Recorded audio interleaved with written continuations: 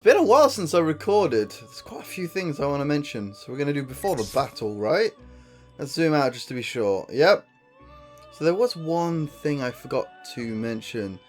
In Ultimax, they did change Kanji's voice actor, which I didn't mention because I kept forgetting. So yeah, he's been different, and he's also different from Persona Q.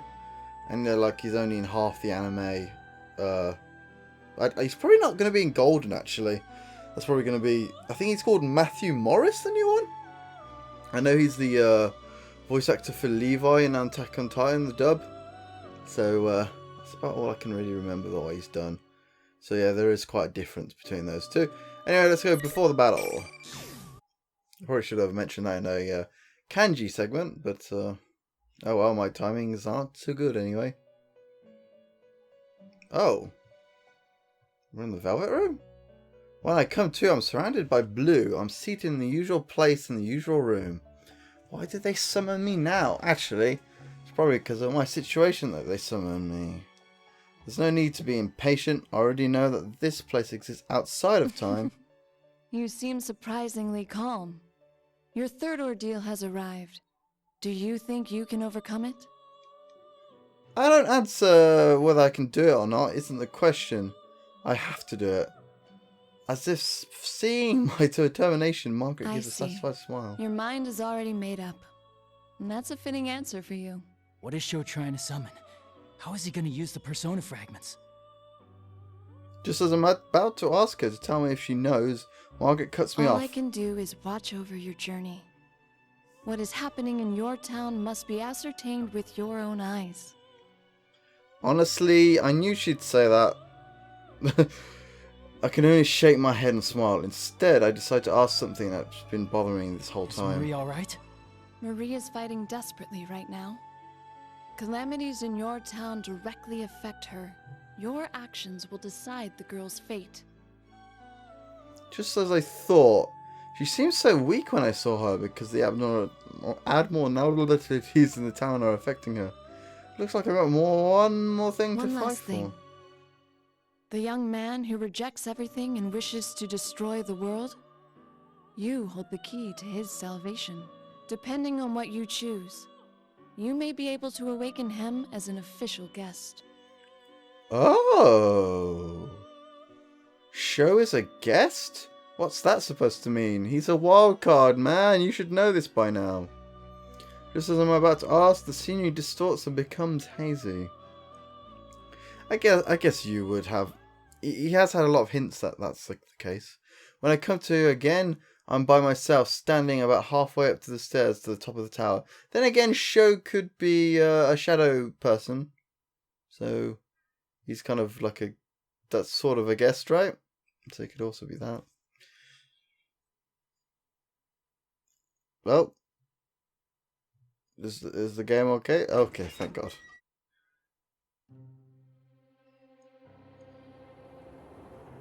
The long stairway finally comes to an end, and I step into the area at the top of the tower. You know when he passed... Was he, like, running as he went into the Velvet Room? Did, like, you know, like his eyes glaze over as he was running? Because that's never really happened before. Strange patterns are inscribed into the floor, and all around me at regular intervals are these eerie pillars. This was carefully arranged, much different from the distorted places we've set up to now. Up above, a large vortex glows ominously, swallowing the countless shadows gathered here. And directly underneath is a giant crystal of some kind. Whatever that shiny emerald thing is, it's floating in midair. And there, right beside it, Sho and Adachi-san. I can't help but tense up, but on closer inspection, Adachi-san is on one knee, like he's kneeling before Sho. Huh? What's happening? Neither Sho nor Adachi-san has noticed me yet. I hide behind the pillars and slowly get close enough to make out their voices. You bastard! What are you thinking? You know how important this thing is! Are you trying to ruin my plan? Aww. Wait, but... important thing? Plan? That must mean the floating object over there is all the persona fragments they took from us. Yeesh! Sho was just looking down on Adachi-san until all of a sudden he kicked up at his body. Adachi-san's knocked back from the direct hit and he gives a pained groan. What in the world is going on That's here? what I said. I tried to destroy those persona fragments by striking when I saw the chance. You worthless rat. I knew you weren't worth shit. But to think you were biding your time for this. Well... Did I hear that right?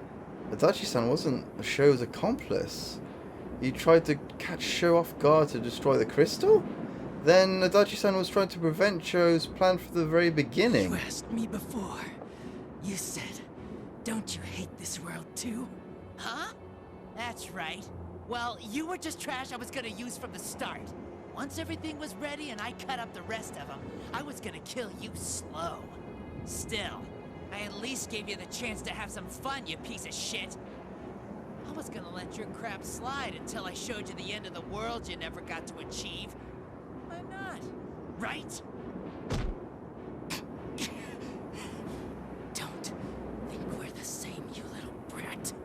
What? What was that? You think the whole world hates you just because someone didn't treat you right. You're nothing but a little kid throwing a tantrum.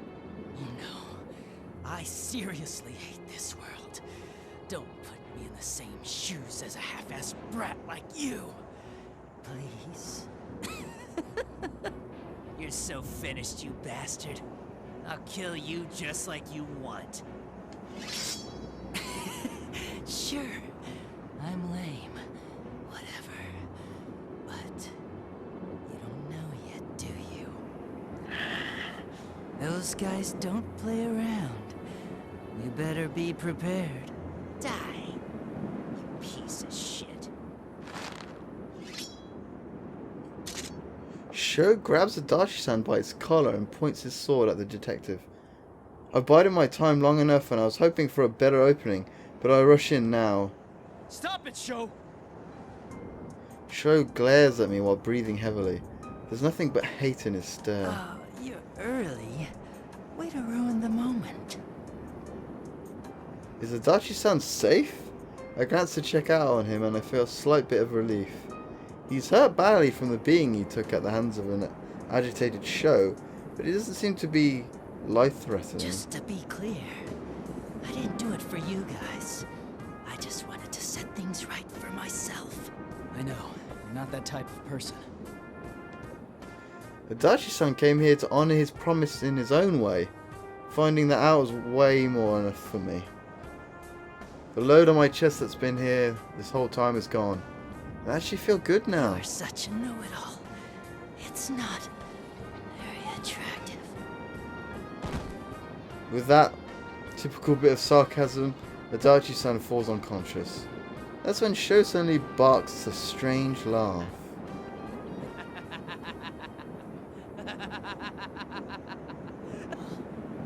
What's so funny? What are you guys getting all desperate for? It's disgusting. It makes me sick. I hate it when people get all goody-goody. I'll destroy everything! Everything! I'll destroy every...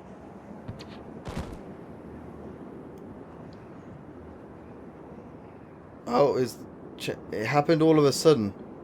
Like a machine blowing a fuse, Sho's enraged rant stops and he falls silent. His body goes limp like a marionette whose strings have been cut, but eventually it spasms and stands eerily straight. He's getting too worked up. That's a bad habit of his. You must be the other one, Minazuki. I didn't think you would put up this much of a fight. Perhaps I should have killed you back then after all. Minazuki, you said then that you did all this to grant Sho's wish, but this isn't the way to save him. And I said that's your perspective on the matter. All I'm here for is to grant this boy's wish. Do you still not get it? That's not Sho's wish! Are you delusional? I know the boy. I know of his hatred and his suffering.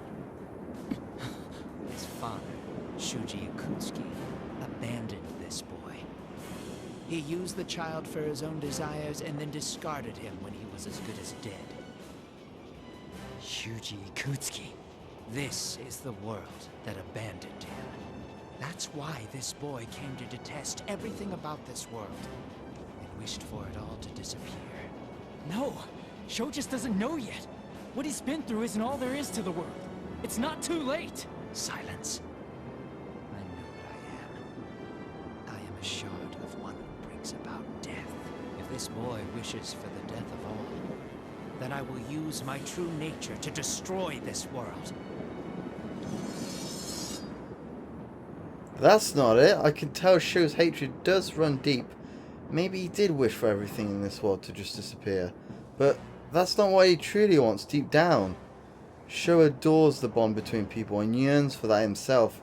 But because he can't have it, and the world doesn't accept him, he's had to live with such dark emotions. He has no idea how to deal with it. He just doesn't know how to express himself. Minazuki was born from the plume of dusk, so he's just responding to Sho's darker desires. He's fixated on granting Sho's wish to destroy the world.